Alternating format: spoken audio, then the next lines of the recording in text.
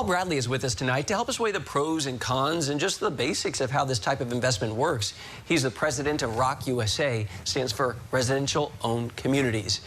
It's good to have you here. So buying a whole mobile home park, structuring the ownership agreement and everything that comes after, that has to be tricky. It's hard to buy one house.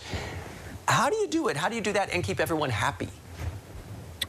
You know what's remarkable, Chance, is when homeowners are gathered together in their neighborhood and provided a viable opportunity to purchase the land, to purchase the community, they vote overwhelmingly to do so. They recognize the risk of owning a home on the land of a commercial investor. And so our job is to help create viable opportunities and then present it to the homeowners. But remarkably, people step up in large percentages to vote yes to buy their community. At the end of the day, the objective is to have a community of homeowners, each of whom owns one share in the landowner, the co-op, so that everybody has an equal say in the functioning of the neighborhood, and you have aligned interest. People own their home and they own one share in the land. When you talk to residents, do they typically say, this is not temporary for me? Because I think a lot of people would view a mobile home park as transitory, you know? People kind of come and they go. Or do you hear people say, no, this is my house, this is my parcel, I will be here until the day I die?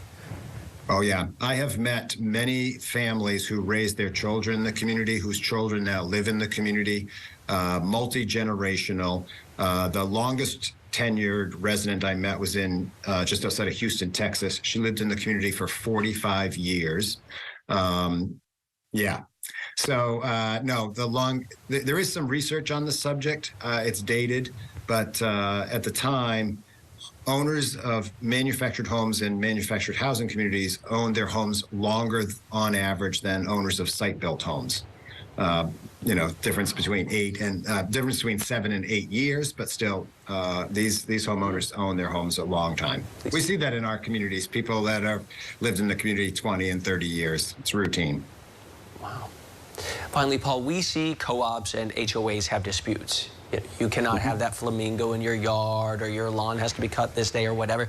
If you find yourself on the outs with the majority of your neighbors and, you know, co-op members or whatever, and you don't technically personally own your plot because it's everybody's, who's in charge? Yeah, ultimately the membership is in charge. The members elect the board of directors. So if they're unhappy with the direction of the community, they can elect a new board of directors. If they're unhappy with rules enforcement, whether people want it or don't want pink flamingos, then it's a matter of the membership, and it comes back to the membership for a vote. But certainly there are compromises when somebody lives in a dense neighborhood that's democratically controlled. Recognize you compromise some things when you have a third-party investor that owns the land as well. He or she may not want you putting pink flamingos in your yard either. But in this example, it's the case of an association. They members have that vote. President of ROC USA, Residential Owned Communities, Paul Bradley. It seems like a new concept to us, but I mean, you guys are really developing this, and it seems like a lot of people are happy doing it. Thank you. You're very welcome, Chance. Thank you.